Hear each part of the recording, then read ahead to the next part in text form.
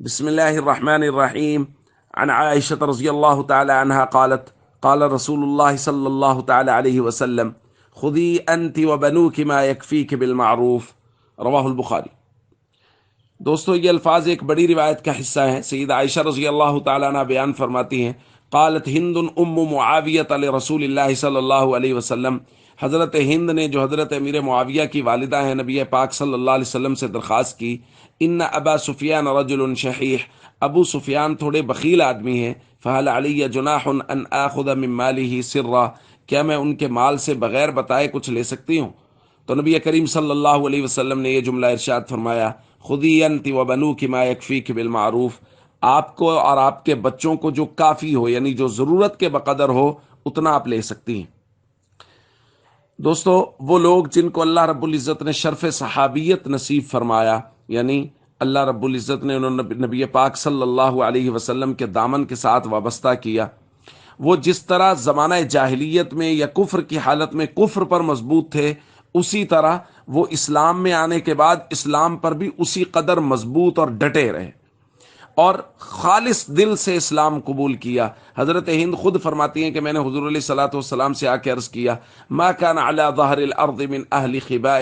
احب الی ان یذلوا من اہل خبائک، کہ پوری کائنات میں جو سب سے زیادہ کسی گھرانے کی ذلت مجھے پسند تھی وہ آپ کا گھرانہ تھا، لیکن آج کیفیت یہ ہے، ثم ما اصبح اليوم على ظهر الارض اہل خباء احب الی ان يعزوا من اہل خبائک، آج کیفیت یہ ہے کہ روئے زمین پر آپ کے گھرانے کی عزت سے زیادہ مجھے کسی کی عزت محبوب نہیں ہے۔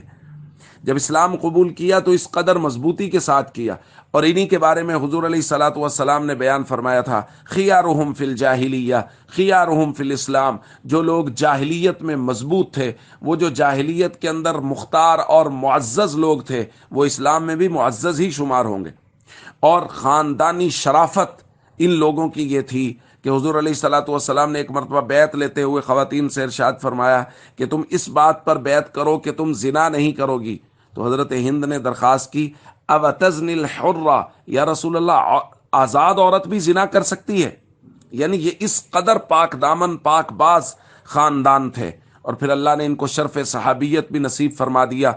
اس لیے حضرت امیر معاویہ ہوں، ان کی والدہ حضرت ہند ہوں، یا حضرت ابو سفیان ہوں، ان لوگوں کا دل سے احترام کرنا چاہیے، کیونکہ انہوں نے نبی کریم صلی اللہ علیہ وسلم کا دامن پکڑا اور بہت مضبوطی سے پکڑا، اور اسلام کو اس قدر مضبوطی سے تھاما کہ پھر چھوٹی چھوٹی باتیں بھی نبی پاک صلی اللہ علیہ وسلم سے پوچھ کے ان پر عمل کرتے رہے اور امت کی رہنمائی کرتے رہے۔ اس خاندان کا اور تمام تر صحابہ کرام، جو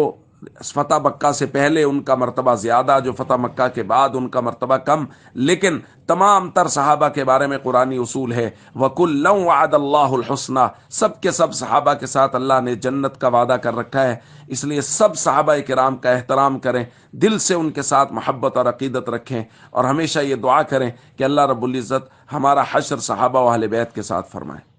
السلام علیکم ورحمۃ اللہ وبرکاتہ۔